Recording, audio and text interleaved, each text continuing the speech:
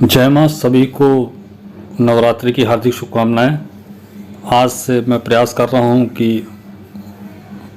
नवरात्रि की जो 9 दुर्गाएं हैं उनके अलग अलग स्वरूपों को मैं आपको बताऊं, साथ में कैसे उनकी पूजा की जाए ये भी बताऊं, और उससे आप क्या क्या लाभ प्राप्त कर सकते हैं ये जानकारी मैं आपको देना प्रारंभ कर रहा हूँ। माँ दुर्गा का प्रथम स्वरूप शैलपुत्री के नाम से जाना जाता है। पर्वतराज हिमालय के पुत्री के रूप में उत्पन्न होने के कारण शैलपुत्री इनका नाम पड़ा।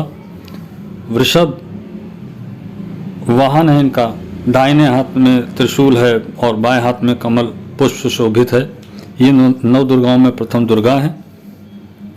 पूर्व जन्म में प्रजापति दक्ष की कन्या के रूप में उत्पन्न हुई थी, तब इनका नाम सती था। इनका विवाह भगवान शंकर से हुआ था और प्रजापति दक्ष ने एक बहुत बड़ा यज्ञ किया, हवन किया, और उन्होंने सारे देवी देवताओं को अपना अपना यज्ञ भाग प्राप्त करने के लिए निमंत्रण दिया, लेकिन शंकर भगवान को उन्होंने इस यज्ञ में निमंत्रण नहीं दिया। सती ने जब सुना कि हमारे पिता एक अत्यंत विशाल बड़ा यज्ञ अनुष्ठान कर रहे हैं, तब वहाँ जाने के लिए उनका मन विकल हो उठा। अपनी इच्छा अपने पति शंकर जी को बताई। सारी बातों पर विचार करने के बाद उन्होंने कहा, शंकर जी ने कहा कि प्रजापति दक्ष किसी कारणवश हमसे रुष्ट हैं। इस यज्ञ में सारे देवी देवताओं को निमंत्रण दिया है, हमको यज्ञ भाग भी उन्होंने समर्पित नहीं किया, किंतु हमें जानबूझकर नहीं बुलाया, कोई सूचना तक नहीं भेजी। ऐसी स्थिति में तुम्हारा वहाँ जाना किसी प्रकार श्रेयकर या उचित नहीं है। शंकर जी के इस उपदेश से सती का प्रबोध नहीं हुआ, मन शांत नहीं हुआ। पिता के यज्ञ को देखने, अपनी माताओं बहनों से मिलने की उनकी व्याकुलता व्यग्रता कम नहीं हुई। प्रबल आग्रह देखकर भगवान शंकर जी ने उन्हें वहां जाने की अनुमति दे दी। सती ने पिता के घर पहुंचकर देखा कि कोई उनका आदर नहीं कर रहा है, प्रेम नहीं कर रहा है, कोई कायदे से बातचीत नहीं कर रहा है, सारे लोग मुंह फेरे हुए हैं। केवल उनकी माता ही उनसे प्रेम से मिली, गले लगाया। बहनों की बातों में व्यंग उपहास रहा। परिजनों के व्यवहार से उनके मन को बहुत ही कष्ट हुआ। उन्होंने ये भी देखा कि शंकर जी के प्रति तिरस्कार का भाव वहाँ भरा हुआ है। दक्ष ने शंकर जी के प्रति कुछ अपमानजनक वचन भी कहे। ये सब देखकर सती का हृदय बहुत ही क्षोभ, ग्लानि, क्रोध से भर उठा। उन्होंने सोचा भगवान शंकर की बात ना मानकर यहाँ आकर उन्होंने बहुत बड़ी गलती कर दी। यही सोच के अपराध बोध होने के कारण उन्होंने वहीं पे अपने आप को योगाग्नि द्वारा जलाकर भस्म कर लिया। शंकर जी को जब जानकारी हुई, सूचना मिली, तब उन्होंने अपने गणों को भेजकर दक्ष के उस यज्ञ का पूर्णतः विध्वंस कर दिया। अगले जन्म में शैलराज हिमालय की पुत्री के रूप में इन्होंने फिर से जन्म लिया और शैलपुत्री के नाम से विख्यात हुई। वृक्ष पे आरूढ़ होने के कारण इनका एक नाम वृक्षारूढ़ भी कहलाया जाता है या बोला जाता है।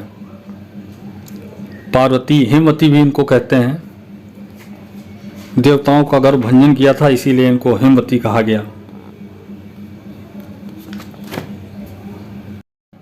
दाहिने हाथ में त्रिशूल और बाएं हाथ में कमल पुष्प इनके रहता है। हाथ में सुशोभित कमल पुष्प अविचल ज्ञान और शांति का प्रतीक है।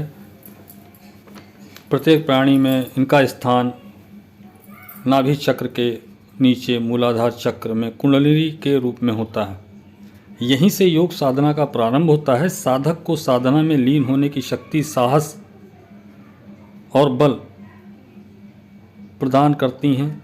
साथ ही आरोग्य का वरदान, धन, वैभव, मान सम्मान, प्रतिष्ठा भी देती हैं। इनको प्रसन्न करने के लिए लाल सफ़ेद फूल, गाय के दूध से बने पकवान, छोटी कन्याओं को कंघा, हेयर ब्रश, हेयर बैंड उपहार देने चाहिए। पान, अनार, गुड़ से बने पकवान अर्पण करके आरती कर सकते हैं। माँ सभी प्रकार के आकस्मिक भय, रोग, आपदाओं से भी मुक्त रखती हैं। धन, वैभव, मान सम्मान, प्रतिष्ठा दिलाती हैं।